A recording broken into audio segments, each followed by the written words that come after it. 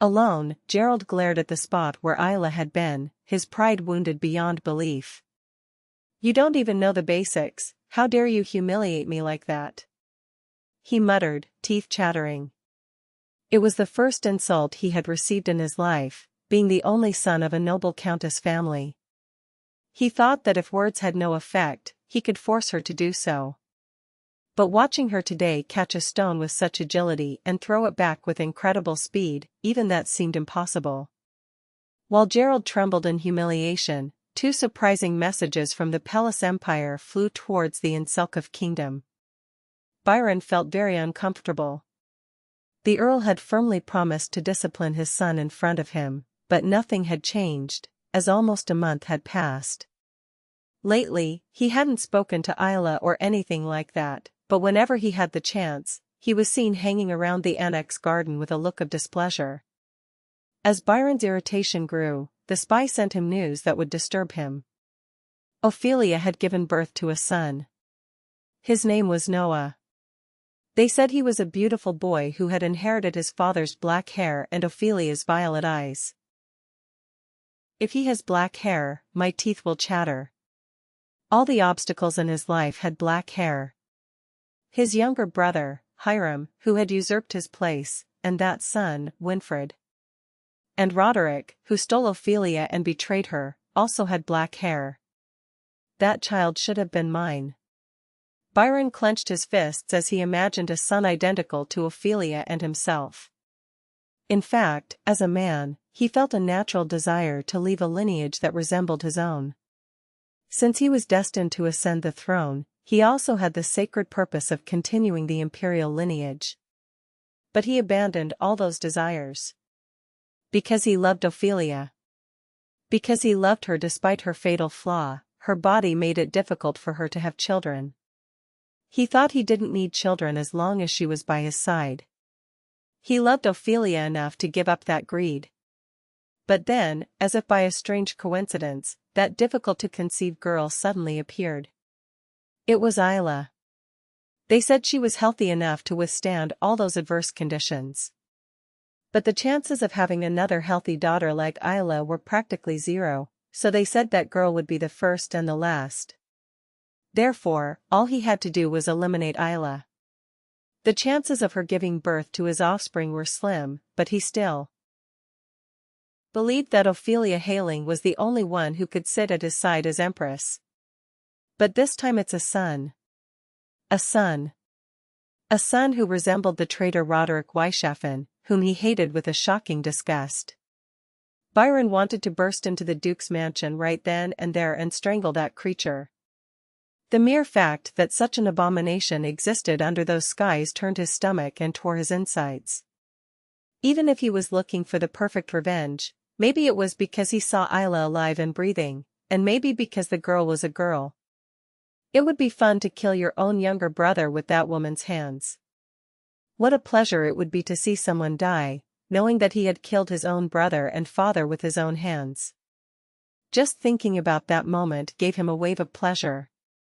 While Byron suppressed his anger imagining such things, the Earl suddenly appeared, bringing with him another surprising news. "Why did you come so suddenly without warning?" "Ah, it's just. I heard an incredible story today in the palace." "What are you talking about?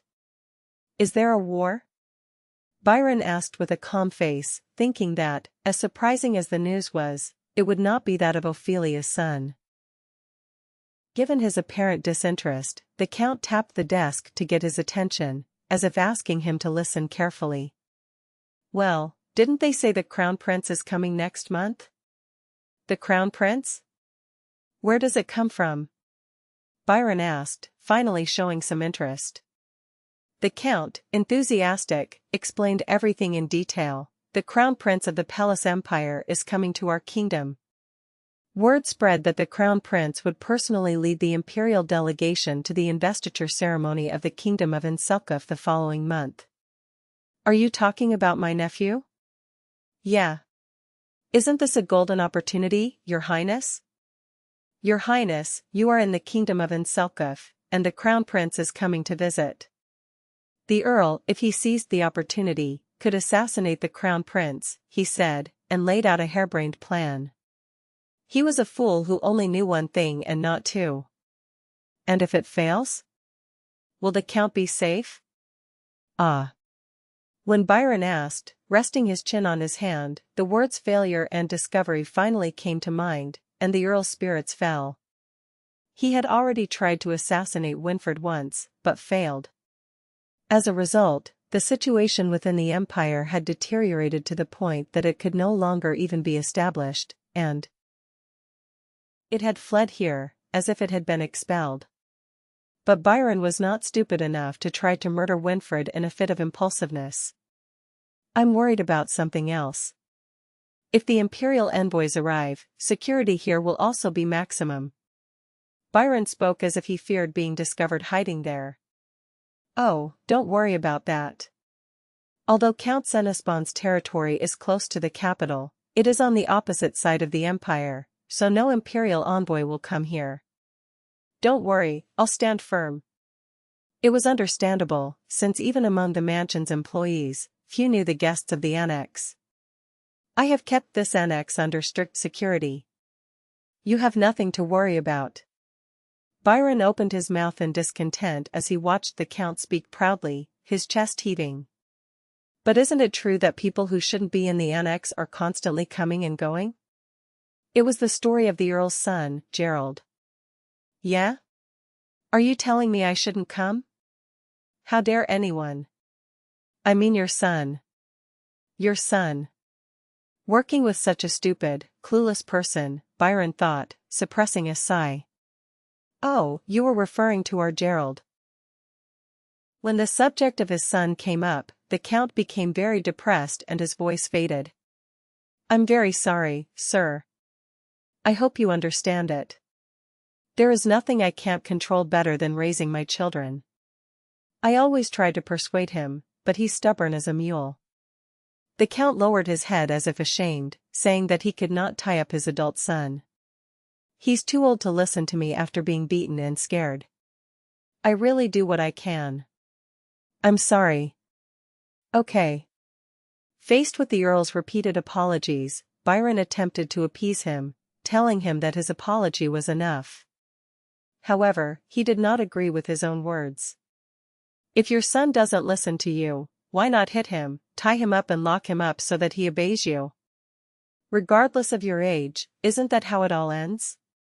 Maybe it's because he has no blood relatives, but he doesn't think it would be much different if he had children to inherit his seed. Well, then I'll leave. I've taken up too much of your time. Only after the Earl bowed his head and turned away was Byron able to regain peace. Laura locked the door from the outside, and Ayla was left alone, reading the documents with the information she had been researching. Now, little by little she got used to living hidden in the Count's annex.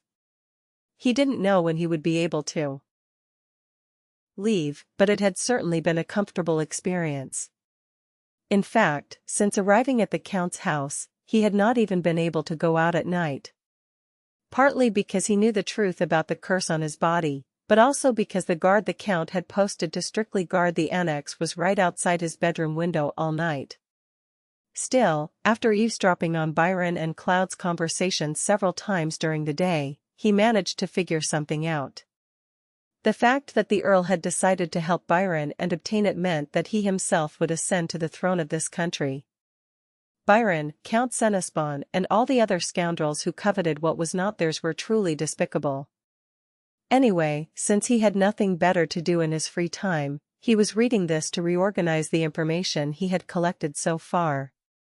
Ayla carefully arranged the information she had written down and placed it in Winfred's secret box. Before returning the box, he took out the pocket watch that Winfred had given him for no apparent reason and looked at it. With the excuse of winding it from time to time, Ayla would take out the watch, which held memories of her and Winfred, and look at it. The day he met Winfred and received that watch as a gift, that magical moment seemed to unfold vividly before his eyes. I wonder if that boy has grown up a lot. Definitely. Just as Ayla had grown so much in the meantime, Winfred must have grown quite a bit too. Even then, he was quite tall and thin for his age. He wondered how much taller he had gotten now. It had been a long time, and he must have been 15 years old.